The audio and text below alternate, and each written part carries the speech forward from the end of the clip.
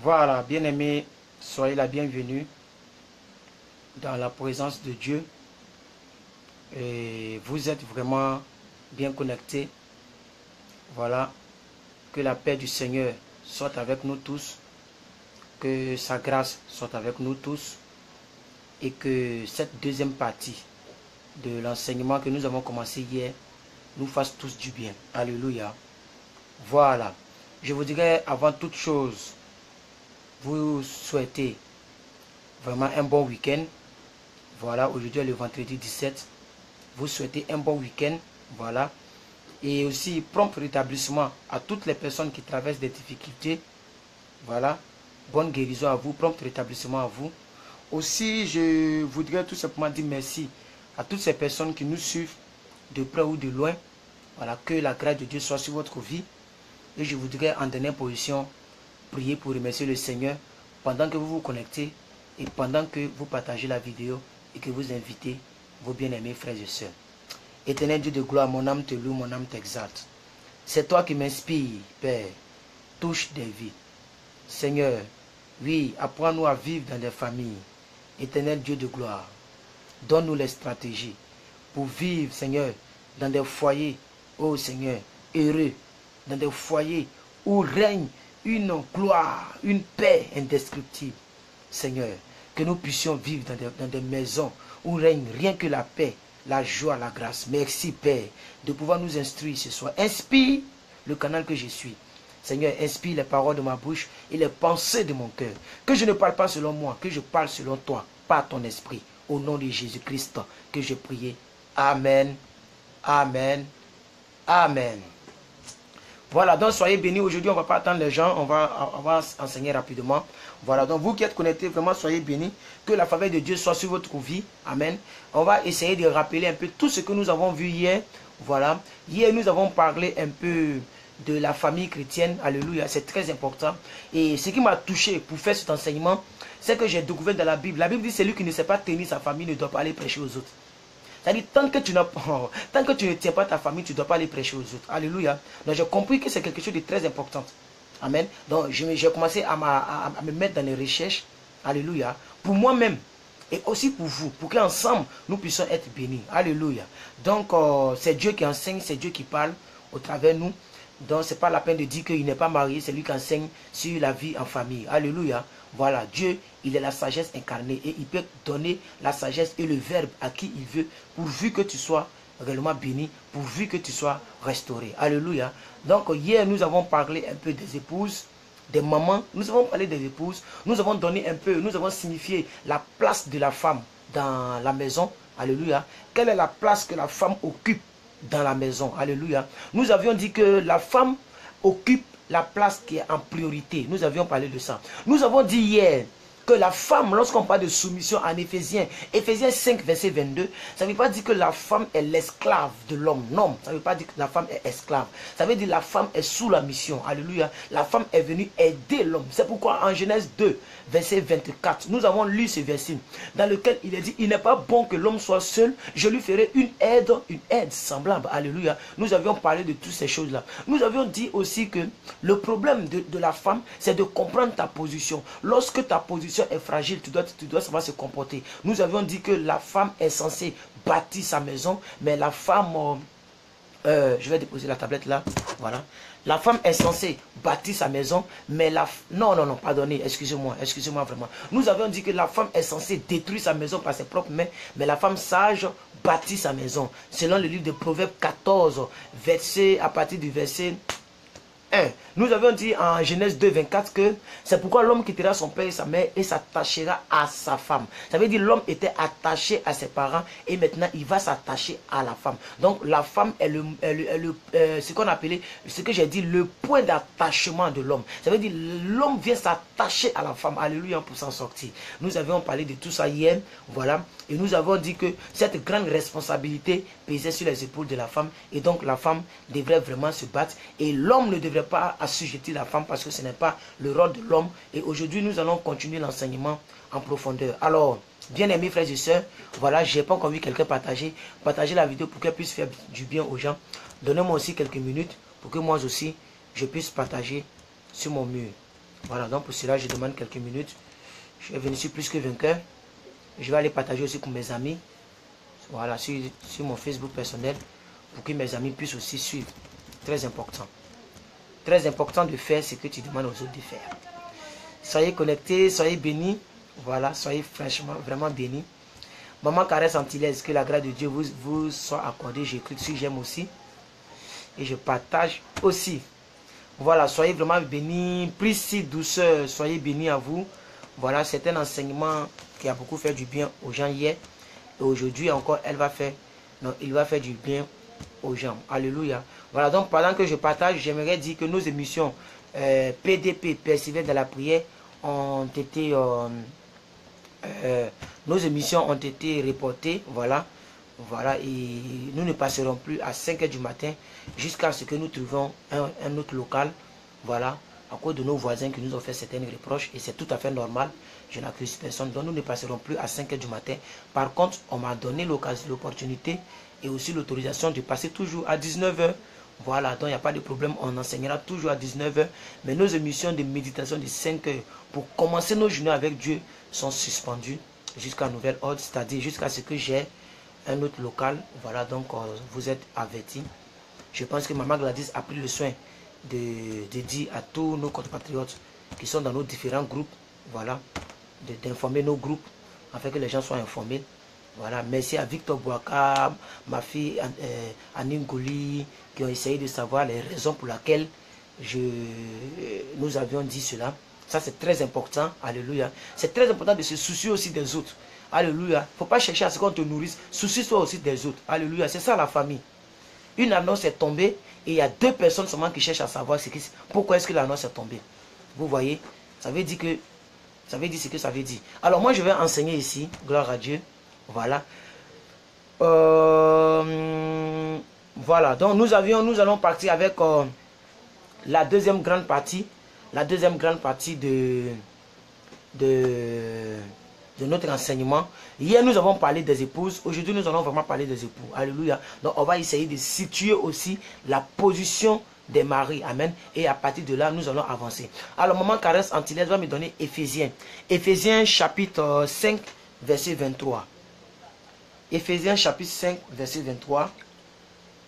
Voilà, Nouveau Testament. Nouveau Testament, Éphésiens. Voilà. La lettre aux Éphésiens, ou bien l'épître aux Éphésiens, avant-dernier chapitre, chapitre 5, verset 23. Voilà. La Bible dit quoi? Regardez ici. On va lire quelque chose. J'aime quelque chose ici. Vous voyez, on a lu le verset 22 hier. Verset 22, qu'est-ce que la Bible dit? La Bible dit, femmes, soyez soumis à vos maris, comme le Seigneur Jésus. Maintenant on dit femmes, soyez soumis à vos maris comme aussi au Seigneur. Verset 23, on dit, car le mari est le chef de la famille, comme Christ est le chef de l'église, qui est son corps, dont il est le sauveur. Alléluia. Dont il est le sauveur. Alléluia. Gloire à Dieu. Gloire à Dieu, gloire à Dieu, gloire à Dieu. Alléluia. Afin de la sanctifier par la parole, après l'avoir purifiée par le baptême d'eau. Alléluia. Donc, bien aimé, la position de l'homme est claire. Le mari dans le couple chrétien. Nous sommes en train de parler du thème de la famille chrétienne. Comment vivre en famille chrétienne. Alléluia. Voilà. Donc, le mari a une position aussi très importante. Ce n'est pas seulement la femme. Le mari a une position très importante. Pourquoi? Parce que le mari est le chef de la famille. Mais quand on dit chef de la famille, il faut que les choses soient bien structurées. Ça ne veut pas dire que tu dois piétiner la femme. Là, il faut que j'insiste. Je ne le dis pas seulement pour privilégier les femmes. Moi, je prêche l'évangile. Moi, je dis ce que la parole me dit. Donc, je n'ai pas besoin de chercher du buzz ou même de me faire aimer par nos mamans pour dire que je vais les privilégier. C'est ce que la Bible dit que je dis. Alléluia. Alléluia. On dit l'homme est le chef de la famille. Ça veut dire que tu es responsable de ta famille. Ça veut dire que c'est toi qui dois t'occuper de ta famille. On dit comme Christ est le chef de la famille. Alléluia. On dit Marie, aimez votre femme. Comme Christ a aimé l'église en se donnant lui-même pour elle. Alléluia. Donc bien aimé, comment peut-on vivre dans un couple où le mari ne peut pas se sacrifier pour sa femme. C'est un danger permanent. Je ne suis pas en train d'enseigner sur le mariage. Je suis en train d'enseigner sur la vie en famille. Comment vivre en famille. Et vous tous et nous tous qui sommes célibataires, c'est une bonne nouvelle. It is a good news. Pourquoi? Parce que nous pouvons nous servir de cela demain afin de pouvoir réellement harmoniser nos couples. C'est-à-dire jusqu'à ce que je sois marié, on sera déjà dans le ministère et on va toujours revenir avec des nouvelles recherches. Une recherche, oui, des nouvelles recherches et beaucoup d'autres choses qu'on va augmenter. Aujourd'hui, on fait juste un enseignement simple selon notre niveau et selon l'inspiration du Saint-Esprit. Alléluia. Les époux ont obligation d'honorer leur campagne. L'époux a l'obligation d'honorer sa femme, de protéger ta femme. Lisons dans 1 Pierre, on va voir ça. Allons-y dans 1 Pierre. Allons dans 1 Pierre. 1 Pierre chapitre 3, verset 7. 1 Pierre chapitre 3, verset 7. Vous allez voir. Parce que ici, ils vont me dire, mais il est en train de dire, le verset dit que le mari est le chef de la famille, est le chef de la femme, comme Christ est le chef de l'église. Pourquoi le gars, il est en train de nous prêcher ici? Il nous dit autre chose, que l'homme doit protéger la femme, l'homme doit honorer sa femme. Pourquoi? Allons-y dans 1 Pierre. Vous allez voir quelque chose. 1 Pierre 3, verset 7. 1 Pierre chapitre 3, verset 7. La Bible dit, Marie, merci maman, Marie, donc vous suivez là-bas, moi je suis ici. Et là, ils sont obligés de me rapprocher toujours. Donc je suis ici, vous suivez là-bas. Amen. On dit ici, Marie, montrez à votre tour de la sagesse dans vos rapports avec vos femmes. Comme avec un sexe plus faible, honorez-les. Vous comprenez? On dit comme. On n'a pas dit elle est plus faible. On dit comme. Ils ont juste comparé. Ils n'ont pas affirmé. Ils ont comparé. L'apôtre Paul a comparé comme un sexe plus faible. Pourquoi? Parce que normalement, naturellement, la femme n'a pas de force comme garçon. Alléluia. La femme n'a pas les caractéristiques que le garçon a. C'est normal. Donc on dit quoi? Honorez-les. C'est bien écrit là. Honorez-les. Comme devant aussi hériter avec vous de la grâce de la vie. Qu'il en soit ainsi, afin que rien ne vienne vous faire obstacle à vos prières. Ça veut dire, si tu n'honores pas ta femme, c'est déjà un obstacle à ta prière. Si tu n'honores pas ta femme, et je me demande, mais pourquoi les gens n'aiment pas trop suivre cet enseignement? Hier, il n'y avait pas beaucoup d'hommes. Aujourd'hui encore, c'est maintenant que vous êtes 13 personnes. Et je me demande pourquoi les gens ne suivent pas cet enseignement. Quand c'est les autres enseignements, on est nombreux. Mais cet enseignement, les gens fuient l'enseignement parce qu'ils savent ce qu'ils font dans les couples. Ils savent ce qu'ils font. Quand on prêche la vérité aux gens, ils aiment fuir. Mais je prêcherai toujours la vérité et je prêcherai toujours la vérité. Je ne reculerai jamais devant la vérité. Et c'est ça aussi qui est la vérité. Alléluia. C'est ça qu'on doit vous dire. Le mari doit honorer sa femme. C'est écrit noir sur blanc. Je n'ai pas pris ça dans le Coran, ni dans un autre livre, ni dans un autre livre. J'ai pris ça dans le livre le plus saint au monde. J'ai pris dans la Bible. J'ai pris dans la Bible, bien aimé. J'ai pris dans la Bible, bien aimé.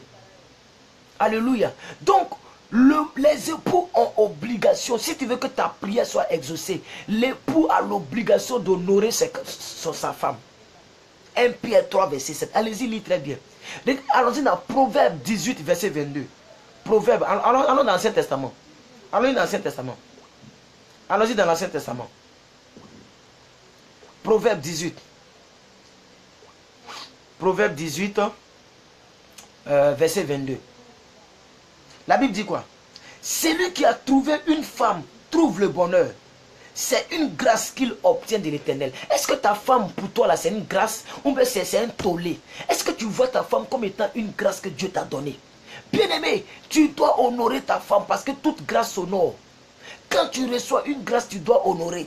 Ton papa est une grâce pour toi. C'est pourquoi tu vois aujourd'hui, c'est parce que ton père a vécu que tu vis. C'est parce que ta mère a vécu que tu vis. Et comme tu étais lié à eux, c'est pourquoi la Bible dit honore ton père et ta mère. Ainsi tu auras une longue vie. Ainsi, la Bible dit il n'est pas bon que l'homme soit. On dit l'homme quittera son père et sa mère et s'attachera à sa femme. Ça veut dire quand tu es attaché à ta femme, c'est ta femme maintenant tu dois honorer.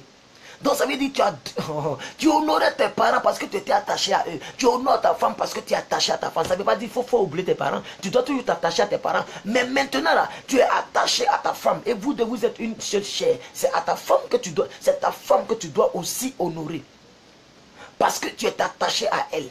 Et la Bible dit à 1 Pierre 3, verset 7, que tu dois l'honorer pour ne pas qu'il y ait des obstacles à ta prière. Alléluia. Celui qui ne sait pas tenir sa maison ne peut pas diriger une église. Ne peut pas aller exhorter quelqu'un. Parce que ta propre femme qui est ta propre chair, si tu n'arrives pas à t'exhorter toi-même, tu n'arrives pas à te bâtir toi-même, ce n'est pas quelqu'un d'autre que tu vas bâtir. Donc il faut qu'on soit clair. C'est pourquoi la Bible dit, celui qui ne peut pas tenir sa maison n'a pas le droit de pécher. Et il n'a pas le droit de pécher, d'aller prêcher plutôt. Il n'a pas le droit d'aller prêcher. Il n'a pas le droit d'aller prêcher. Et là, on parle de garçon, on parle de l'homme, on ne parle pas de la femme. On parle de l'homme. Parce que la femme même, c'est elle qui est la maison. Elle est le symbole de la maison. C'est l'homme qui doit tenir sa maison. Alléluia. Donc, bien aimé, ce sont des choses que vous devez savoir dans vos maisons. Ce sont des choses que vous devez maîtriser afin de pouvoir bien vivre dans vos maisons. Alléluia. Et c'est très, très important.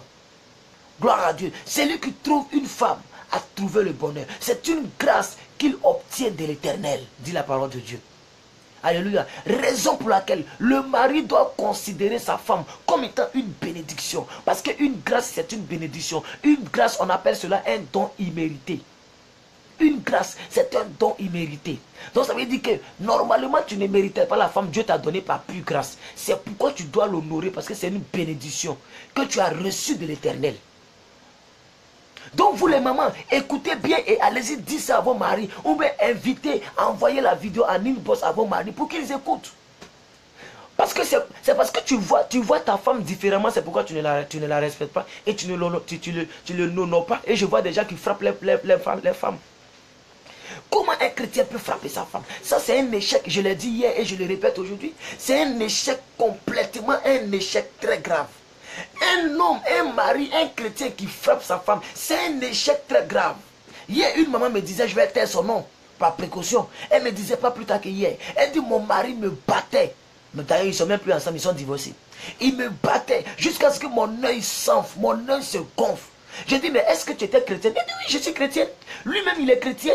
Il avait une église. J'ai quitté mon église pour lui, pour aller dans son église. C'est la femme qui parlait. Moi-même, j'étais les plus. C'est comme si j'avais de la nivatine dans ma bouche. Ma bouche était amère. J'étais devenu fade comme ça. Comment quelqu'un qui a une église, il peut frapper sa femme jusqu'à gonfler son œil? Parce que les gens, ils créent des églises rien que pour les dîmes et pour les offrandes. Ils ne créent pas les églises pour la parole de Dieu. Ils ne lisent même pas les Écritures. Si tu lisais les Écritures et que tu faisais des recherches sur la femme, tu allais savoir que la femme est une bénédiction. Au lieu d'être un ring de boxing, la femme est une bénédiction.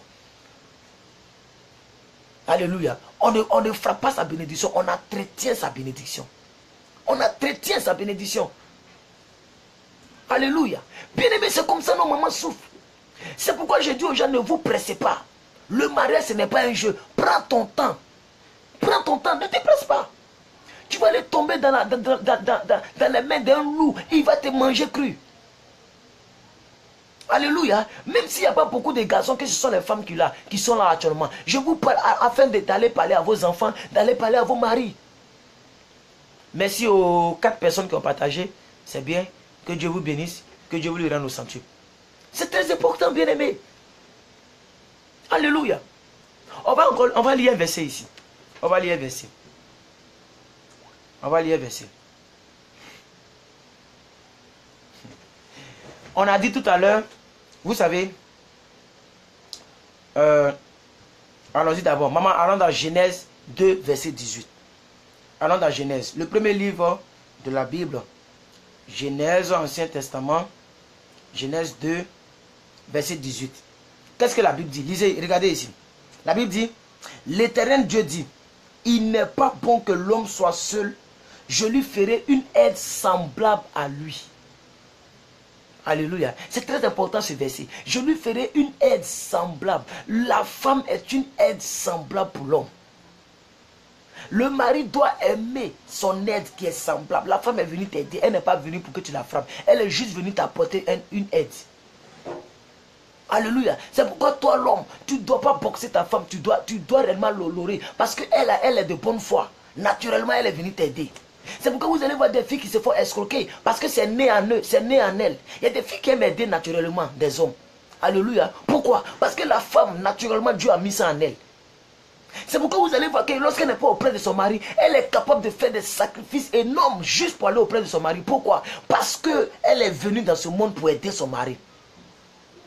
Et on a vu des gens qui laissent leur travail, qui laissent beaucoup de choses juste à cause de son mari. Pourquoi? Pour être auprès de son mari. Alléluia. Donc une femme qui fait un tel sacrifice, tu devrais l'honorer au lieu de la boxer. Tu devrais l'honorer au lieu de la frapper. C'est un péché même de frapper la femme. C'est pourquoi la Bible dit, si tu ne veux pas que tes prières, ça soit un obstacle à tes prières, honore ta femme, de peur que le fait de frapper ta femme, ça soit un obstacle à ta prière. C'est ce que la Bible dit. 1 Pierre 3,7, on a lu. Alléluia. Donc c'est très très important. Le mari doit aimer sa femme comme son propre corps. Celui qui aime sa femme s'aime lui-même. Donc celui qui frappe sa femme se frappe lui-même. Parce que tu frappes ton aide. La personne qui devait t'aider, tu frappes la personne. Tu frappes la personne. Tu frappes la personne qui devait t'aider. Allons-y dans Ephésiens 5, verset 28. Allons dans Ephésiens 5. Ephésiens 5, Nouveau Testament. Ephésiens 5, verset 28. Vous allez voir quelque chose. Ephésiens 5, verset 28. Vous allez voir quelque chose. On est toujours dans Ephésiens. La Bible dit quoi? La Bible dit quoi?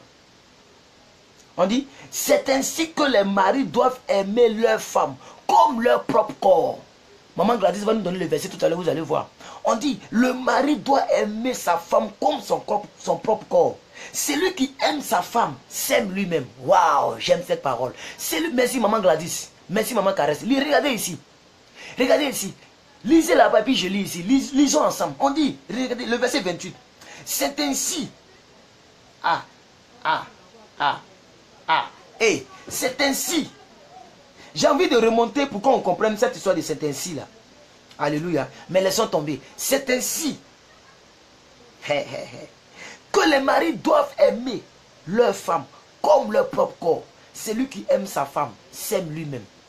Donc bien aimé, à tous les chers frappeurs de femmes, à tous les chers boxeurs de femmes, à ceux qui se sont transformés en Michael Tyson, à ceux qui se sont transformés en Bolo et à Van Damme, en Jet Li et à Jacqueline Chan, sur vos épouses, mon frère, ma soeur, il faut acheter un sac de riz là, il faut mettre ça dedans, il faut accrocher en bas de ton appartement, va boxer. Ta femme là, elle n'est pas là pour que tu la frappes.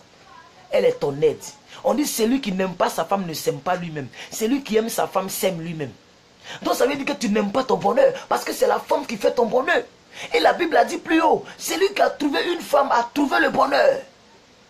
Proverbe l'a dit. Est-ce que Proverbe n'a pas dit ça? Proverbe 18, verset 22. Maman Gladys, donnez-nous Proverbe 18, verset 22. Celui qui a trouvé une femme a trouvé le bonheur. Et toi, tu frappes ton bonheur. Ça veut dire que tu t'aimes pas toi-même. Non, tu t'aimes pas. Tu t'aimes pas. Parce que quand la femme crie à Dieu, le ciel s'ouvre rapidement. Tu sais pas ça? Tu sais pas ça? La femme est l'être le plus sensible au monde. Et le Saint-Esprit est l'être le plus sensible au monde. Si la femme fléchit genoux pour prier pour ton ministère, pour prier pour ton boulot, pour prier pour ta vie, si ta femme est à 100% d'accord avec toi, 100% d'accord avec toi, elle est 100% d'accord avec toi, son âme est connectée à ton âme, mais ta maison est bénie. C'est ce que vous ne savez pas. La femme est une bénédiction. Et toi, tu la transformes en malédiction. Si la femme est à 100% contre toi, tu penses que tu vas évoluer. Quand elle va frapper son bas ventre pour dire, si ce n'est pas une femme qui t'a accouché, le ciel est fermé sur toi. Tu penses que c'est amusement? Ce n'est pas pour ne rien. Dans nos jargons, on dit, ce que femme veut, Dieu veut. Ce n'est pas pour ne rien. Même les païens comprennent ça. Ils prennent pour s'amuser, mais ils disent vrai. Et je suis parfaitement d'accord avec eux. C'est que la femme veut, mais Dieu veut. Parce que c'est la femme qui donne la vie. Dieu donne la vie. Et Dieu a envoyé la femme sur la terre pour que la femme procrée. Si nous tous on est nés là, c'est à cause de la femme. Si la femme n'existait pas, Adam allait être le seul homme sur la terre. C'est parce que la femme a existé qu'aujourd'hui, moi je vous parle. Nous sommes tous sortis de la femme. Donc c'est un être à ne pas négliger. C'est un être que nous devions en griffe adorer. Que nous devions en griffe mettre sur un piédestal. Alléluia. Donc j'ai un déclic dans mon esprit pour des gens qui frappent les femmes. Je n'ai pas compris ça. Et heureusement que Dieu m'a fait non seulement chrétien, mais il m'a mis dans son sacerdoce. Ça veut dire où je suis condamné à ne pas boxer ma femme. Parce qu'il suffit que ma femme prenne une vidéo pour dire, plus que vainqueur là, c'est un mauvais gars, il m'a frappé, c'est fini. Je perds 3 quarts de ma crédibilité. C'est bouclé. Donc non seulement ce sont des choses qui vont m'aider, mais je parle aussi à ceux peut-être qui ne sont pas appelés, qui sont dans la foule. Le fait d'être chrétien là, c'est déjà un homme de Dieu. Un chrétien est d'abord un homme de Dieu. Un homme de Dieu est d'abord un chrétien. Il n'y a pas de demi-mesure. Tu es chrétien, tu es un homme de Dieu. Parce que même quand tu donnes ta dîme, tu fais l'œuvre de Dieu. Et quand on vous a dit œuvre de Dieu là, c'est forcément être dans le sacerdoce, prier, forcément aller faire école pastorale, porter les toges. Et que c'est ça qui est l'œuvre de Dieu seulement. Alléluia. Donc ce sont des choses à ne pas négliger. Et j'ai un problème avec le fait que cette série d'enseignements n'est pas aimée. Les gens ne viennent pas. Ils viennent, ils s'en vont, ils viennent, ils s'en vont. J'ai un problème. Ou bien vous n'invitez pas, vous ne partagez pas. Chère maman, vous n'invitez pas, vous ne partagez pas. Et je vais le vérifier. Parce que je veux vraiment que le message touche un grand maximum. Donc je vais le vérifier. Je vais voir combien qui ont partagé et quels sont ceux qui ont partagé. Comment vous voulez qu'on fasse ça? Et ceux qui n'ont pas partagé. Excusez-moi, je viens de manger. Ceux qui n'ont pas partagé, je vais leur demander de partager.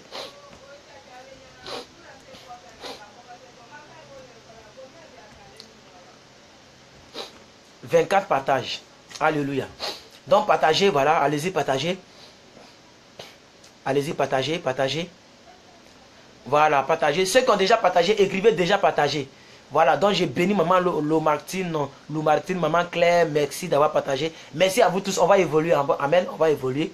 Parce que je ne comprends pas pourquoi les gens ne suivent pas beaucoup cet enseignement. Là, vous êtes 28 personnes.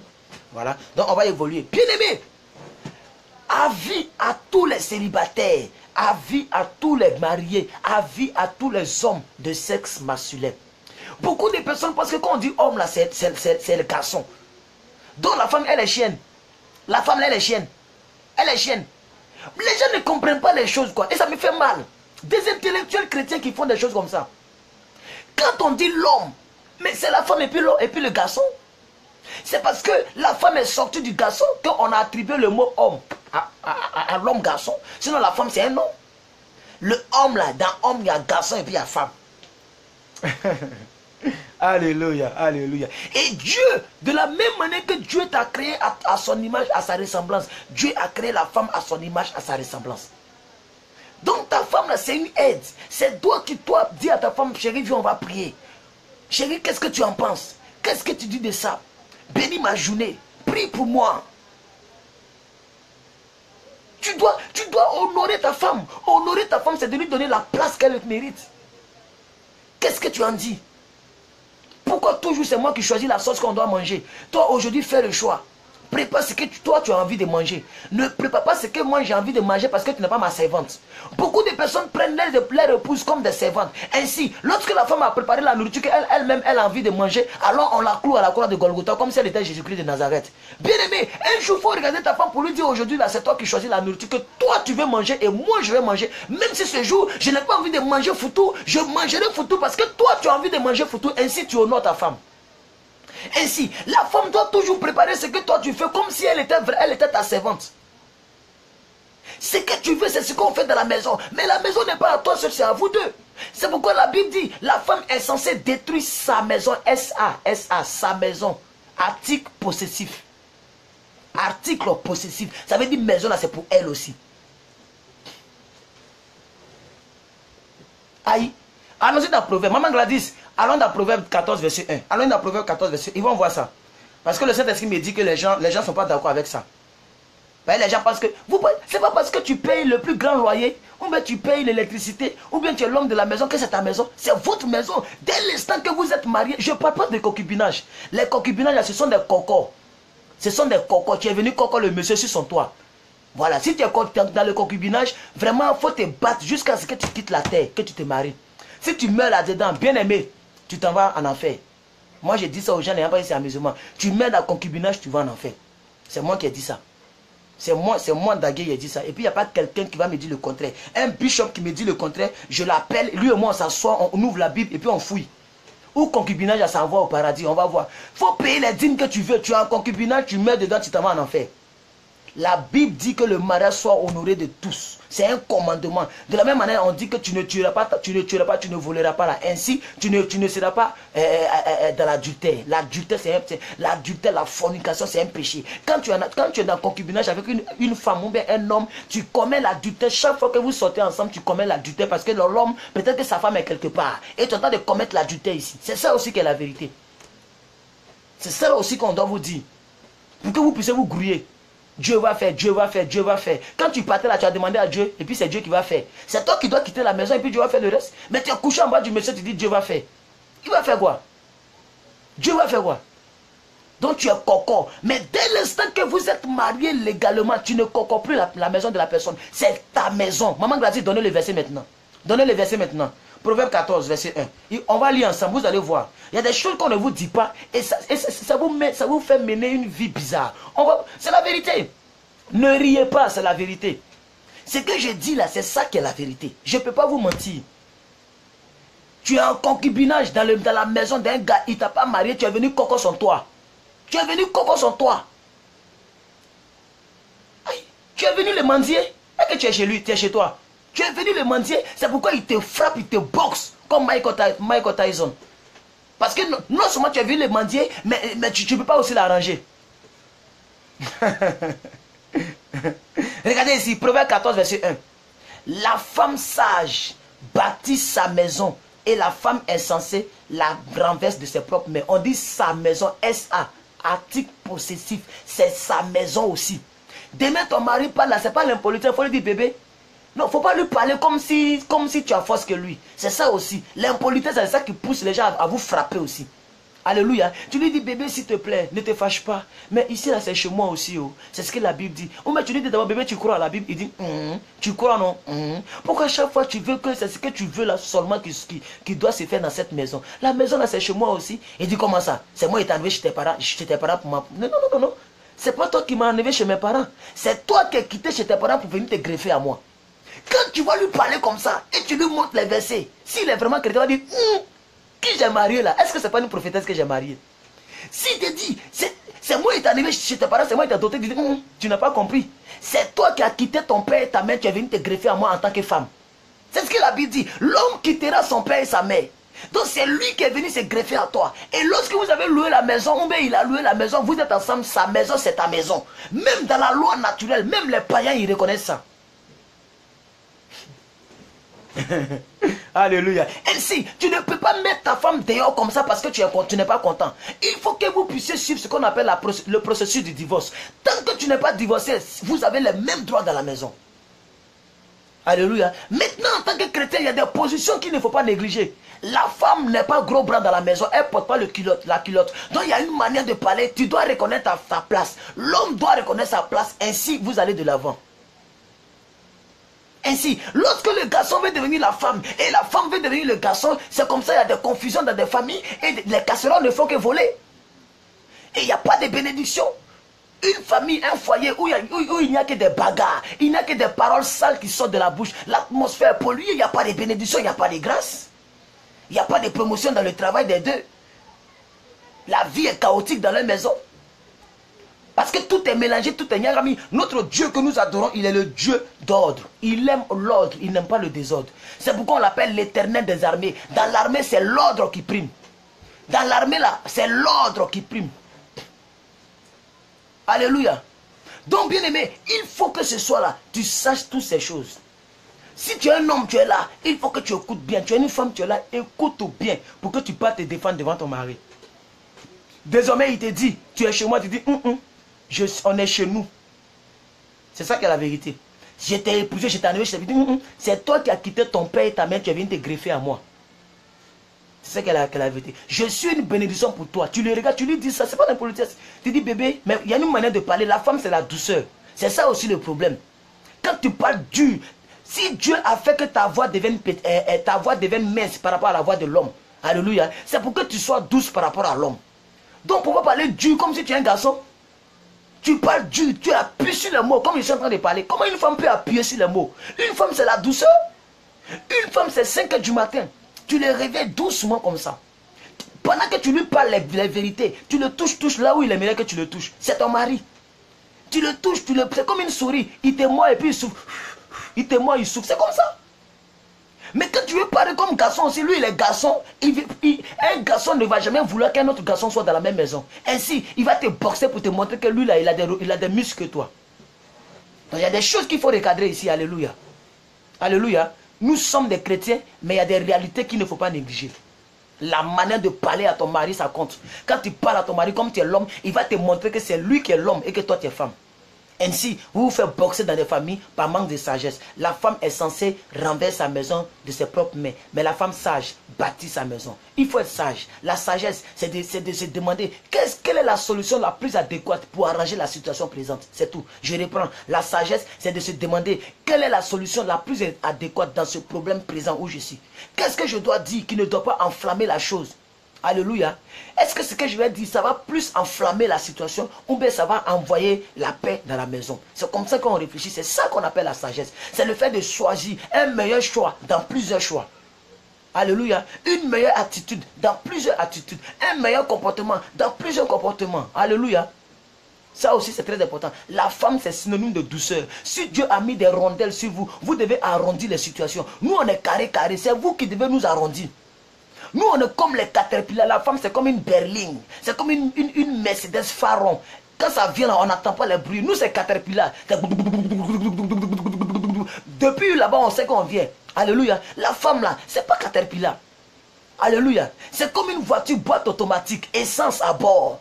Même tu accélères, on ne sait pas que tu arrives. C'est ça, on dit la femme. La femme, c'est pas de parler mal, parler durement, comme si tu es l'homme. Si Dieu, je le répète, si Dieu a fait que ta voix devienne mince par rapport à la femme, à la voix de l'homme, c'est le fait que tu sois douce par rapport à l'homme. Tu n'es pas un homme pour te comporter comme un homme, pour parler mal comme un homme, pour parler durement comme un homme. Il y a d'autres même qui veulent ça. Tu veux tenir gant avec ton mari. Toi, tu es là de coups de poing avec ton mari. C'est comme ça, il te frappe sur ton œil pour que ton œil se gonfle. Oh, dis avec moi, je suis une femme de douceur. Dis avec moi, je suis un homme qui honore sa femme. J'honore ma femme. Je suis une femme de douceur au nom de Jésus. Bien aimé, il y a beaucoup de choses que vous ne recadrez pas. C'est pourquoi il y a des souffrances. Si un tout petit comme ça peut expliquer toutes ces choses, ça veut dire que Dieu, notre Dieu que nous prions, il est capable de donner la sagesse à tout le monde. Pourvu que tu le lui demandes, il va te donner. Fléchis genou, dis à Dieu, quelle est la solution la plus adéquate dans mon problème? Il va te venir en aide. Il va te venir en aide. Il va te venir en aide pour te délivrer. Donc le problème, c'est pas de se montrer. Pour dire, je suis plus intellectuel que lui. Et puis quoi? En Christ, on s'en fout de l'intellectualisme. On s'en fout de ça. Tu es plus intellectuel que moi, et puis quoi? Tu as fait papier que moi, et puis quoi? Et puis quoi? Ça ne prouve pas que la grâce que j'ai, ta grâce dépasse ma grâce. Tu ne connais pas la grâce que j'ai aux yeux de Dieu. Aux yeux des hommes, tu as diplôme. Mais aux yeux de Dieu, tu sais qui je suis. Alléluia. Donc, il y a des choses qu'il faut savoir recadrer. Amen. Donc, nous sommes en train de voir la partie des époux. Alléluia. Et j'ai envie de jumeler cela avec la partie des enfants. Voilà, 37 minutes. Donc, je vais jumeler, parce que je vais finir l'enseignement aujourd'hui, puisque les gens n'aiment pas l'enseignement, je ne sais pas pourquoi. Donc, je vais jumeler en même temps avec la partie des enfants, la position des enfants, et comment la femme doit traiter l'enfant, comment le mari doit traiter l'enfant pour qu'il y ait la paix. Parce que moi, je suis le shérif de la vérité, mais dans la vérité, je dis tout ce qui est de la paix, parce que notre Dieu, c'est un Dieu de paix et non de malheur. Il dit, je connais les projets que j'ai formulés pour vous, les projets de paix et non de malheur. Jérémie 29, verset 11. Ce sont des choses qu'il faut connaître. Alléluia. Donc les chrétiens ne lisent pas la Bible. C'est pourquoi vous ne connaissez pas tout ce que je suis en train de dire. Il y a d'autres pour eux là. Tout ce que j'ai dit là, c'est nouveau. Hein? Je vous dis la vérité. Malgré que les gens ont 40 ans, 35 ans ici, 40 ans ici. Tout ce que je suis en train de dire, c'est nouveau. Mais je ne fais que sortir de la Bible. C'est juste des commentaires que le Saint-Esprit m'inspire que je vous dis. Sinon, tout est sorti de la Bible. Mais tu ne lis pas la Bible. C'est pourquoi tu ne connais pas toutes ces choses. Alléluia. Donc on revient sur les maris. Marie. Bien-aimé Marie, tu vas tomber sur cette vidéo, peut-être sur YouTube, peut-être par hasard, peut-être ta femme va t'envoyer le lien et tu vas écouter, tu vas lire. Pardon. Changeons, Marie. On va changer. Moi, je ne suis pas encore marié. Je ne suis même pas fiancé encore. Changez, Marie. Le mari doit aimer son épouse comme son propre corps. Il y a Éphésiens 5, 28. Non, j'aime trop ce verset. Comme son propre corps. Et la Bible continue. L'apôtre commence à aggraver la situation. Il commence à pousser la situation. Regardez ce qu'il dit. Regardez ici. J'ai le verset, mais je n'ai pas la référence. Allons dans le Nouveau Testament, Ancien Testament et Nouveau Testament. Oh, qu'est-ce que je fais? Nouveau Testament. Maman Gladys, donnez Éphésiens 5, verset 28. Ils vont lire ensemble. Ah, ça y est devant nous. Merci, ça y est devant nous. On dit, c'est ainsi que les maris doivent aimer leur propre femme. Comme leur propre corps. Celui qui aime sa femme s'aime lui-même. Donc si tu renverses le verset, c'est comme ça qu'il faut faire pour s'en sortir. Quand le verset est écrit comme ça, il ne faut pas le prendre tel qu'il est écrit. Il faut le renverser pour voir le contraire. Celui qui n'aime pas sa femme ne s'aime pas lui-même. Celui qui n'aime pas sa femme n'aime pas son propre corps. Parce que vous êtes une seule chair. Comment tu peux aimer ton front et puis tu n'aimes pas tes yeux? Oh, ce sont tes yeux qui te permettent de te déplacer. Comment tu peux aimer tes oreilles? Tu n'aimes pas ta bouche. Oh, c'est ta bouche qui te permet de parler, de manger, de boire. Ainsi, celui qui n'aime pas sa femme n'aime pas son corps. Parce que si ton orteil te fait mal, tout ton corps est en danger. Tout ton corps n'est pas content. C'est ton orteil qui te fait mal, mais ton visage change. Imagine que tu marches sur une pointe, la plante des pieds. C'est là-bas qui te fait mal, non? Mais pourquoi ton visage change? Parce que si une partie de ton corps est concernée, tout ton corps est concerné. Ainsi, si ta femme est concernée, devant Dieu, tout ton corps est concerné. C'est comme ça, beaucoup de personnes... Aïe, aïe, aïe, aïe. Oh, alléluia.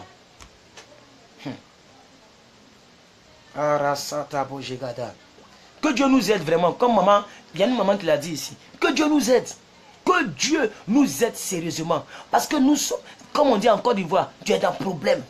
Tu es dans problème. Tu es dans sac à piment. Tu vas éternuer toute ta vie. Si tu ne fais pas attention. Tu vas éternuer toute ta vie. Éternuer. Il fait chaud, tu éternues. Il fait froid, tu éternues. Ton affaire d'éternuer, là, c'est pas comme si ça dépend du temps. Non, ta vie même, tu ne fais qu'éternuer parce que tu es dans le sac de piment. Il faut que tu sortes de là, Marie.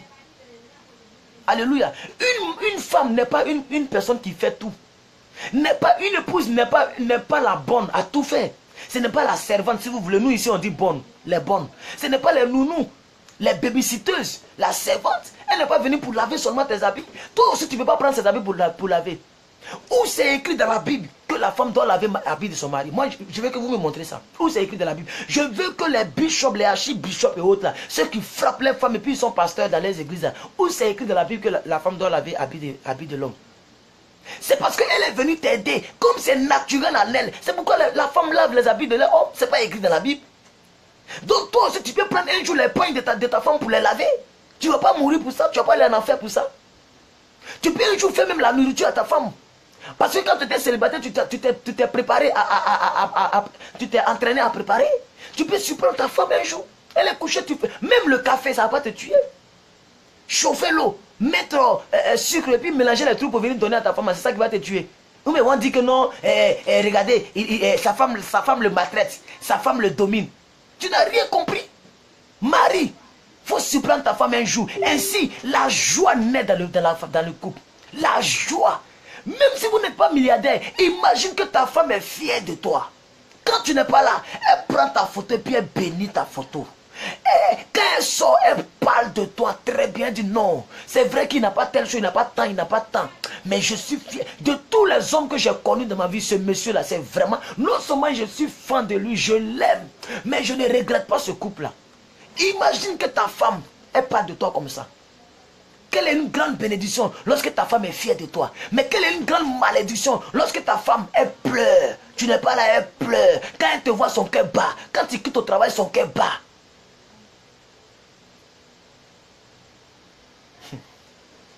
Alléluia. Donc bien aimé, la femme n'est pas ta servante, elle est ta compagne. Elle est ton compagnon. Elle est ta chérie. Que tu dois chérir tout doucement. Alléluia. Les voitures boîte automatiques là, on ne tourne pas trop le volant, sinon tu vas faire vite accident.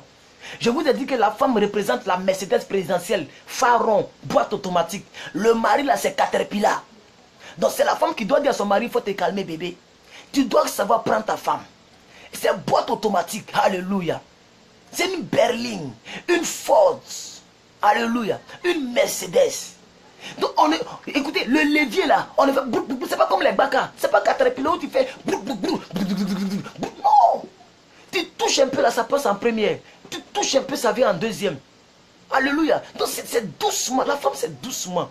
C'est pourquoi j'ai dit vous les femmes là, faites doucement avec vos maris, parce que vous là, avec vous c'est la douceur, c'est la tendresse. Je peux employer un mot ici pour dire la séduction. Mais si je dis, ils vont passer aux lélés, aux lesbiennes, ils vont passer aux filles qui lancent foulard. Sinon, normalement, la femme, c'est la séduction. C'est pourquoi la femme ne peut pas même montrer ses mollets. Quand tu montes tes mollets, que ça montre un peu, ça dépasse ton genou. Si tu nous dépasses, naturellement, on tourne notre visage. Parce que toi-même, tu es fait de... Voilà, c'est une Ferrari. Merci. Une Ferrari. Quand une Ferrari passe, même si c'est au milieu de beaucoup de Caterpillar, beaucoup de Baka, beaucoup de Woro, tout le monde va regarder la Ferrari. Parce que c'est une marque rare. C'est pourquoi, lorsque même ton corps est dehors, ton dos est dehors, bien aimé, on tourne le regard pour regarder. Lorsque tu te plaques, les gens te regardent. Pourquoi? Parce que tu es une marque rare. Donc si Dieu t'a fait la grâce d'avoir une épouse, il faut honorer cette épouse-là. Il faut l'aimer, Marie. Il faut l'aimer. Ce n'est pas ta servante. Si elle lave tes habits, c'est parce qu'elle t'aime. C'est parce que naturellement, elle est venue t'aider. C'est pourquoi elle lave. Ce n'est pas une loi qui est écrite quelque part. Il n'y a pas une loi, ils ont écrit quelque part pour dire la femme doit laver forcément les habits. Si elle prépare, c'est parce qu'elle est venue t'aider. C'est pourquoi Dieu lui a donné les caractéristiques pour savoir préparer plus que l'homme. Amen. Et elle lave l'habit, elle n'est pas fatiguée. Normalement, elle devait vite se fatiguer que l'homme. Parce que l'homme est plus vigoureux que la femme. Mais pourquoi la femme peut laver les habits? Puis quand elle lève son mari, elle a une force qui vient de quelque part. Si c'est pour aider son mari, il y a une force qui vient. Elle n'est pas fatiguée. Parce que naturellement, elle est née pour t'aider. Donc tu dois l'honorer parce qu'elle est née pour t'aider. Ce n'est pas pour la boxer, pour la frapper. Alléluia. La femme, c'est comme une biche. Une biche. Alléluia. Une biche. Oh, une gazelle pleine de grâce. Pleine de grâce. Alléluia. Elle est enivrée de charme. Elle doit être caressée sans cesse. Sans mépris. Remplie d'amour. Alléluia. On va lire Proverbe. Lisons Proverbe un peu. On va lire un petit long texte. Allons-y dans Proverbe chapitre 5 de 18 à 19. Maman Gladys. Proverbe 5. Allons-y dans Proverbe chapitre 5. Proverbe chapitre 5.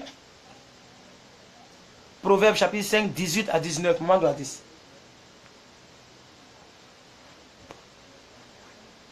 Soyez bénis, soyez bénis. Voilà. Proverbe 5, 18 à 19. Regardez ici. Que ta source soit bénie. Voilà, lisez là-bas parce que ça monte. Lisez, moi je lis ici. Que ta source soit bénie. Et tu fais ta joie de la femme de ta jeunesse. Suivons la suite. Biche des âmes. Oh non, je n'ai plus mangé avant de venir en direct. Hein. Je n'ai plus mangé. Je vais manger après chaque direct maintenant. Parce que là, ça me fatigue un peu. Regardez ici. Biche des amours. Gazelle. Pleine de grâce. Sois en tout temps enivré de ses charmes. Sans cesse mépris de son amour. Alléluia. Donc tu dois être, toi tu dois tout faire. C'est-à-dire ton mari doit être ivre, enivré. Il doit être ivre de ton charme. Alléluia. C'est là le hic de la douceur de la femme. Alléluia. Et c'est ce que les maris doivent comprendre. Tu dois être enivré de ses charmes. Le côté que tu dois regarder, c'est quel est le côté qui te charme. Alléluia. Et c'est pourquoi quand j'ai fait le séminaire sur le mariage, pour ceux qui me regardaient avant, je vous ai dit que l'amour éros est aussi très important. Ta femme doit t'attirer. Si ta femme ne t'attire pas, l'onction ne peut pas contenir ça. L'onction même ne peut pas contenir. Tu dois regarder ta femme, elle doit t'attirer. Si elle ne t'attire pas, c'est dans le groupe musical, une fille va t'attirer. Une fille va t'attirer dans l'église. Il faut que ta femme t'attire. C'est pourquoi on dit il faut que tu sois enivré de ses charmes. Il faut que tu sois enivré de ses charmes. Elle doit t'attirer. C'est très important. On n'épouse pas les gens comme ça. Une fille, quand tu la regardes, tu dis oh, alléluia, gloire à Dieu. Tu parles la langue. C'est ça. Il faut que tu regardes ta femme pour dire celle-là, c'est l'os de mes os, la chair de ma chair. Et quand j'ai fait ce séminaire, je me rappelle comme si c'était hier. Quand j'ai fait le séminaire en octobre ou bien en novembre, qu'est-ce que j'ai dit? J'ai dit qu'il y a deux caractéristiques qu'il faut regarder chez la femme.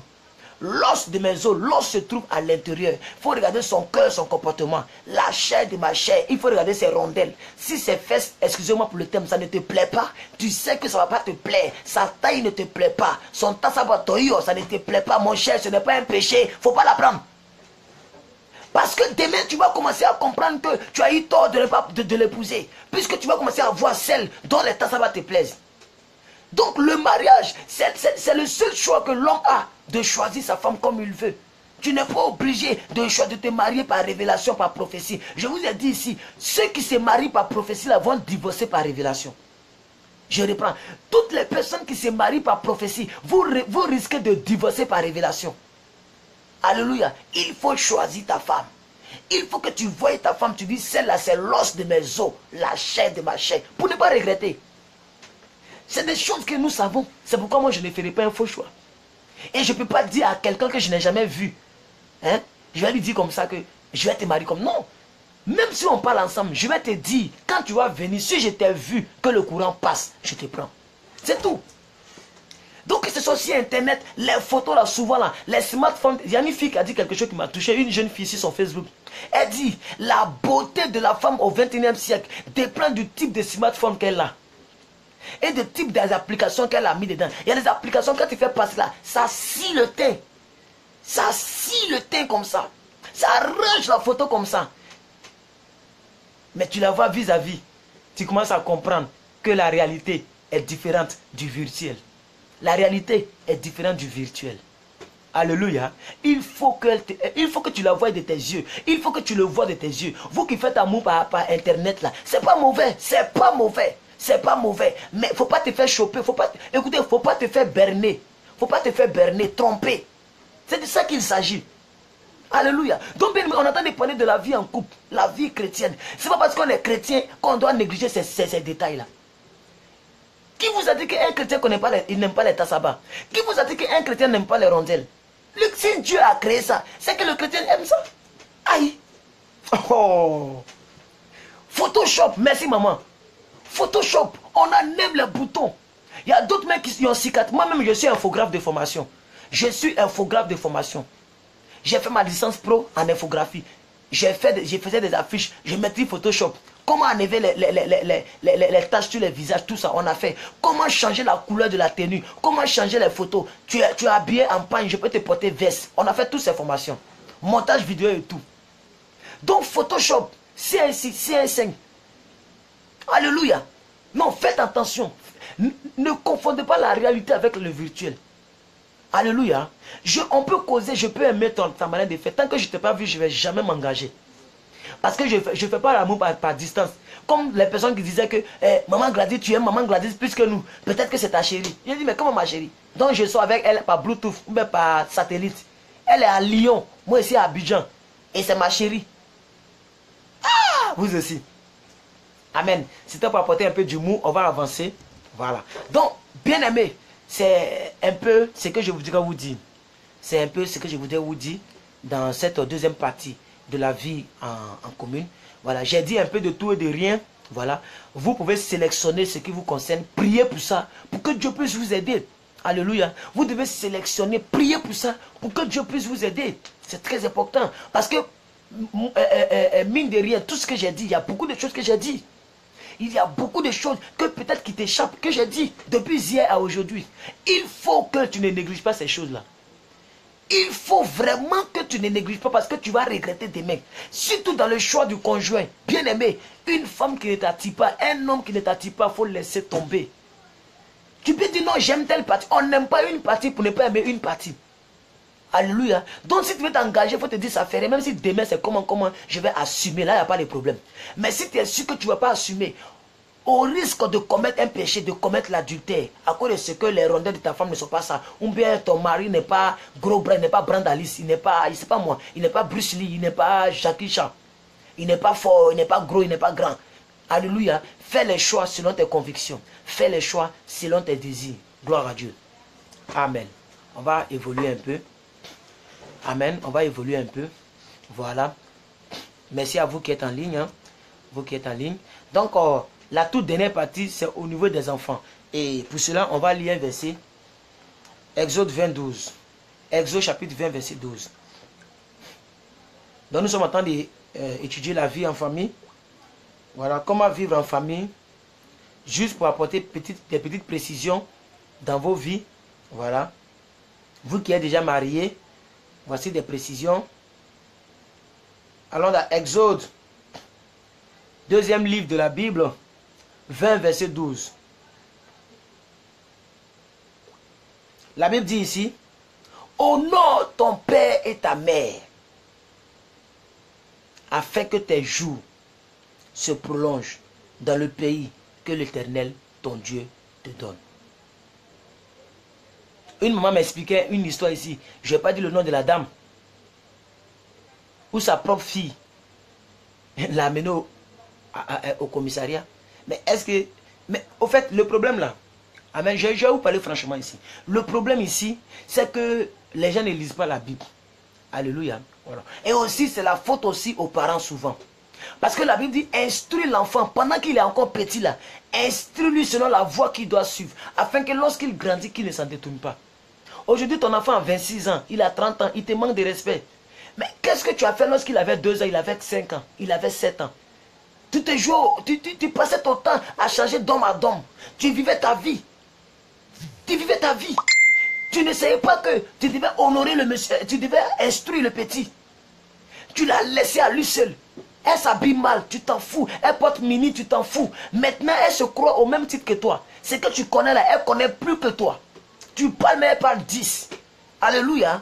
Donc, bien aimé, c'est aussi les parents qui sont souvent responsables de ces désagréments dans des foyers, dans des couples. Je vous dis la vérité. Je ne peux pas vous mentir ici. Alléluia. Donc le problème, quand ton enfant ne t'honore plus, c'est parce que tu n'as pas lu le verset où on dit instruis l'enfant selon la voie qu'il doit suivre pour que lorsqu'il grandit, qu'il ne s'en détourne pas. Disons les choses telles qu'elles sont. Il y a d'autres qui abandonnent les enfants. Tu n'as pas vécu avec lui. Il a vécu dans un environnement des impolis, un environnement bizarre. Maintenant, il te demande de respect, tu te fâches. Pourquoi? C'est toi qui devais l'aider. Maintenant, nous les enfants, vous les enfants, ou bien nous les enfants, vous tous, regardez ce que la Bible dit ici. Honore ton père et ta mère, afin que tes jours se prolongent dans le pays que l'Éternel ton Dieu te donne. Ça veut dire, même si vous êtes en France, qu'ils ont signé une loi en France pour dire si un parent insulte son enfant, l'enfant a le plein droit de porter plainte. On dit dans le pays que l'Éternel ton Dieu te donne. J'aime beaucoup la Bible parce que la Bible a prévu toutes ces choses. La Bible savait qu'ils allaient prendre des lois dans des pays, dites, je ne sais pas moi, je sais pas, dans des pays bizarres. Moi j'appelle ça les pays bizarres, les gouvernements bizarres. Ici en Afrique, quand ton enfant ne te respecte pas, tu le gifles. Tu t'envoies à la police, le policier dit sors là-bas. Tu sais pas que c'est ton pas. C'est ça que la vérité. C'est pourquoi je suis d'accord par rapport au fait qu'on dit que l'Afrique est le berceau de l'humanité. Parce que ici, là, c'est l'humanité. Tu peux pas, faut aller à la police, tu as dit, non, maman m'a frappé, et j'ai venu porter plainte. Quoi? Mais en Europe, 11 ans, elle porte plainte. 10 ans, elle porte plainte. Même si elle porte plainte. Pourquoi? Parce que c'est ce qu'on leur a instruit. Et c'est des personnes qui ne connaissent pas la parole de Dieu. Mais les parents, pendant qu'ils ont accouché l'enfant, lorsque l'enfant a 5 ans, tu décales, tu fais couper, décaler là-bas. Tu oublies ton enfant. Tu ne lui donnes pas les enseignements qu'il faut lui donner. Maintenant, il te crache à la figure, tu es fâché. Nous sommes en train de parler de la vie en famille. Et en tant que shérif de la vérité, je ne fais que te dire la vérité. Ça te fait mal ou ça ne te fait pas mal, au moins je parle. La nuit porte conseil. Tu vas réfléchir la nuit. Et demain, tu vas commencer à voir comment tu vas faire les choses. Parce que c'est de ça qu'il s'agit. Alléluia. Dans Exode 20, verset 12. Ce n'est pas dans le Nouveau Testament. C'est il y a longtemps que la Bible en parlait. Honore ton père et ta mère. Alléluia. Je vais chercher le verset ici. Je vais chercher le verset ici. Je vais chercher le verset ici.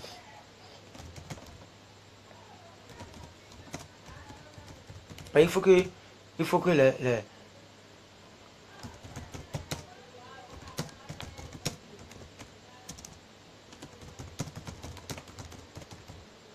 voilà.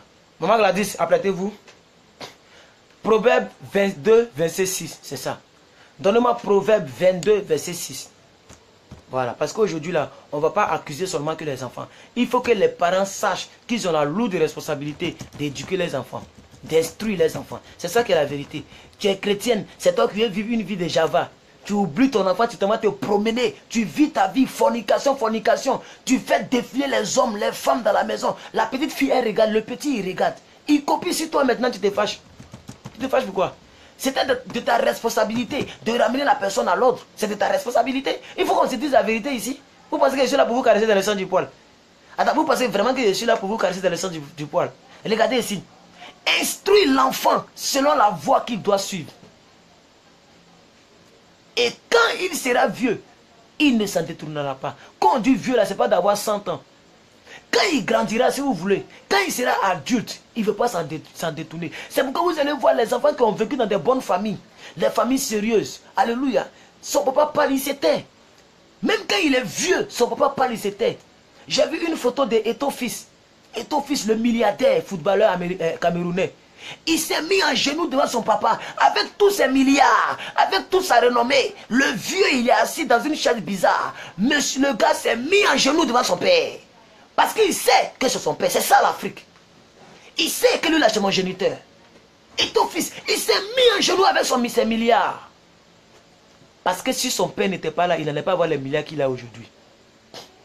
Alléluia. Les télévisions. des choses que vous permettez à vos enfants, comme le dit M. Sandom Hassen. Alléluia. Oui, M. Sandom, même aujourd'hui, quelqu'un m'a rendu témoignage de ça. Les mineurs portent plainte à la police. Des gens portent plainte. Et on met ça à la télévision. C'est compliqué, bien aimé. Nous vivons dans un monde où le diable met des stratégies pour détruire des familles. Ça, c'est une stratégie que Satan a initiée dans le but de détruire les familles. C'est tout. Parce que si l'enfant, maintenant, a l'autorisation d'aller à la police, mais c'est que l'enfant va se comporter comme il veut. Et ainsi, il n'aura pas la paix. Il aura les bagarres. Il aura les mauvaises choses dans les églises. C'est le plan sataniste là. C'est le nouvel ordre mondial que les gens ont commencé. Ils ont commencé un peu. Il y a des petites lois qui y prennent. Vous pensez que c'est normal? Non, c'est pour ne pas qu'on frappe les enfants. C'est les droits des enfants. C'est un nouvel ordre mondial. C'est Baphomet, Illuminati. Ils sont en train de travailler. Ils sont en train de travailler petit à petit. Alléluia. Bien-aimé, c'est toi qui dois réellement éduquer, instruire ton enfant. Là, c'est l'un des points que je voudrais signifier ce soir. Voilà. De toute façon, vous n'êtes pas nombreux. Donc, je parle à ceux qui sont là. Voilà, parce que je me dis que vous aimez la vérité, vous voulez entendre la vérité. Alléluia. Maintenant, vous aussi les enfants, vous devez honorer vos parents. Parce que si tu n'honores pas ton père, la Bible dit que tu ne vas pas vivre longtemps. C'est clair. Regardez, Exode 20, verset 2. Maman, donnez ça, donnez ça. Allons dans Exode. Exode 20. Exode 20, verset 12. Vous tous qui êtes là, il faut donner le verset à ton enfant. Tu appelles ton enfant, tu dis, mon enfant, il faut t'asseoir, je vais te parler. Tiens la Bible, ouvre la Bible. Prends Exode 20, verset 12. Lis toi-même. Quand il va lire lui-même, il faut que tu l'aides à comprendre cela. Honore ton père et ta mère, afin que tes jours se prolongent. C'est ce que ça veut dire. Regardez, c'est voici la vraie version ici. Honore ton père et ta mère, afin que tes jours se prolongent dans le pays. Que ce soit en Europe ou ce soit dans le pays. La Bible n'a pas précisé. Ils n'ont pas dit dans ton pays natal. On dit dans le pays que l'Éternel, ton Dieu, te donne.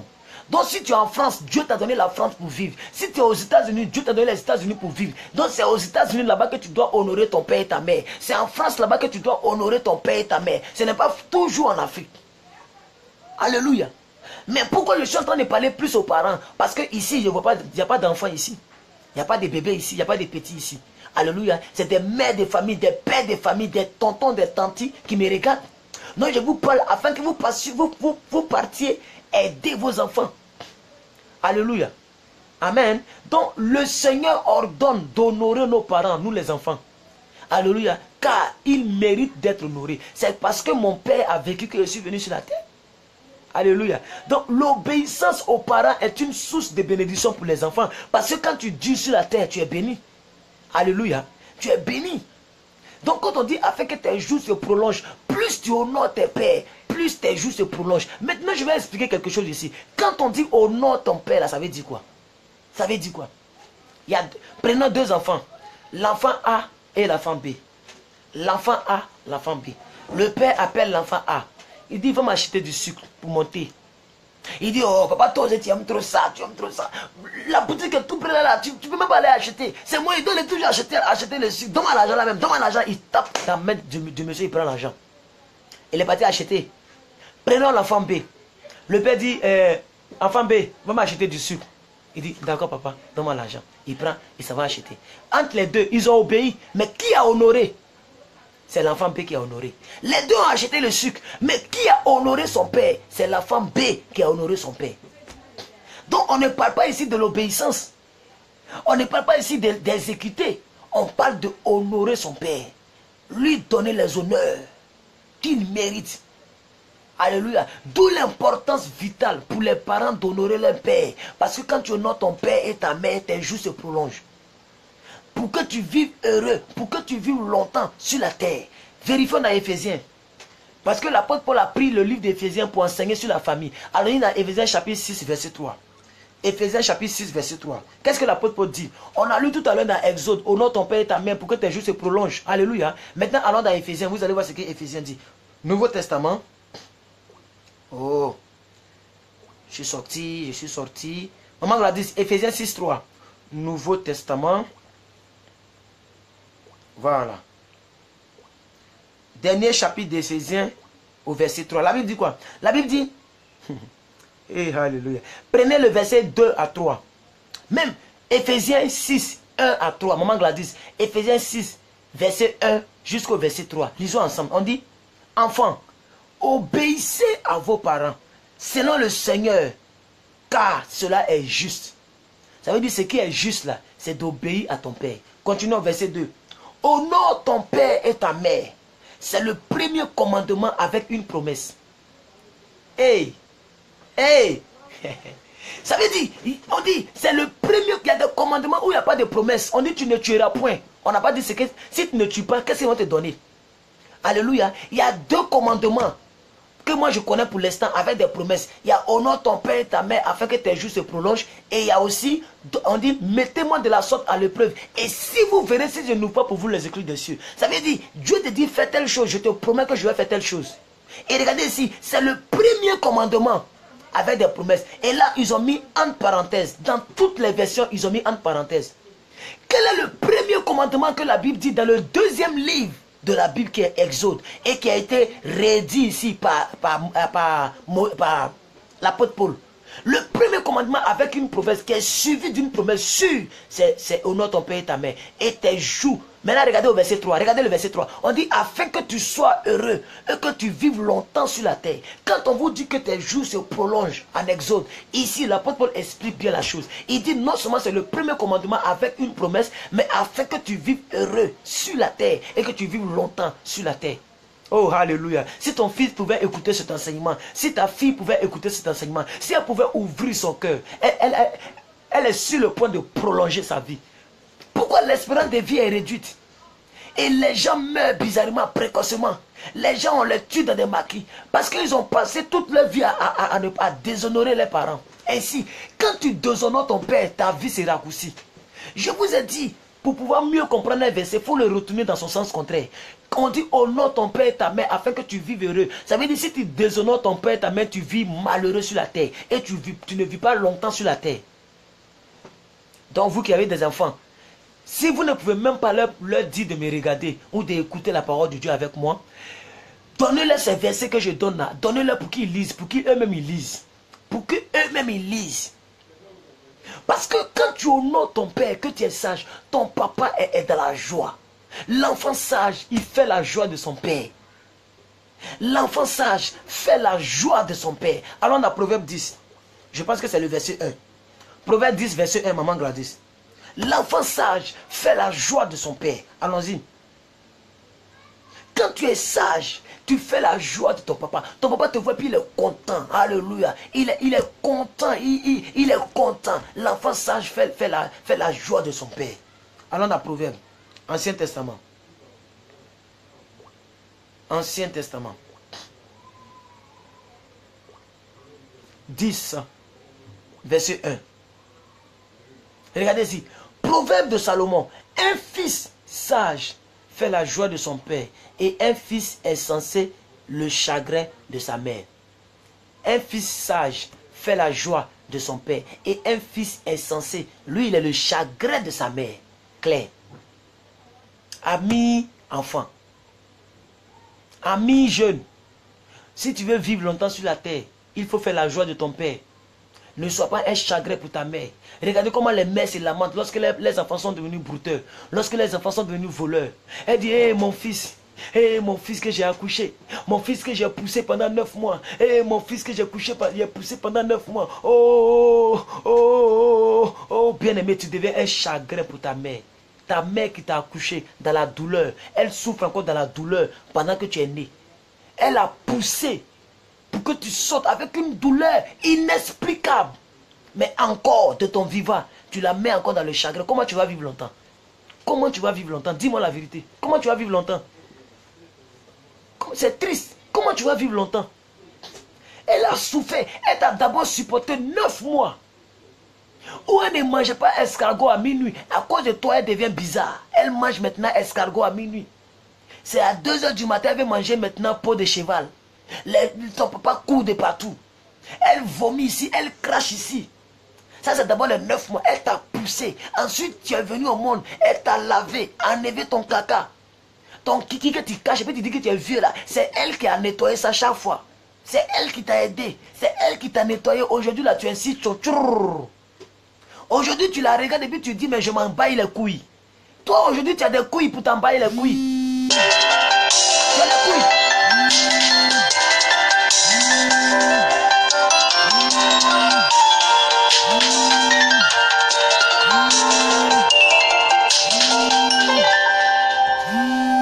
Voilà, donc les gens m'appellent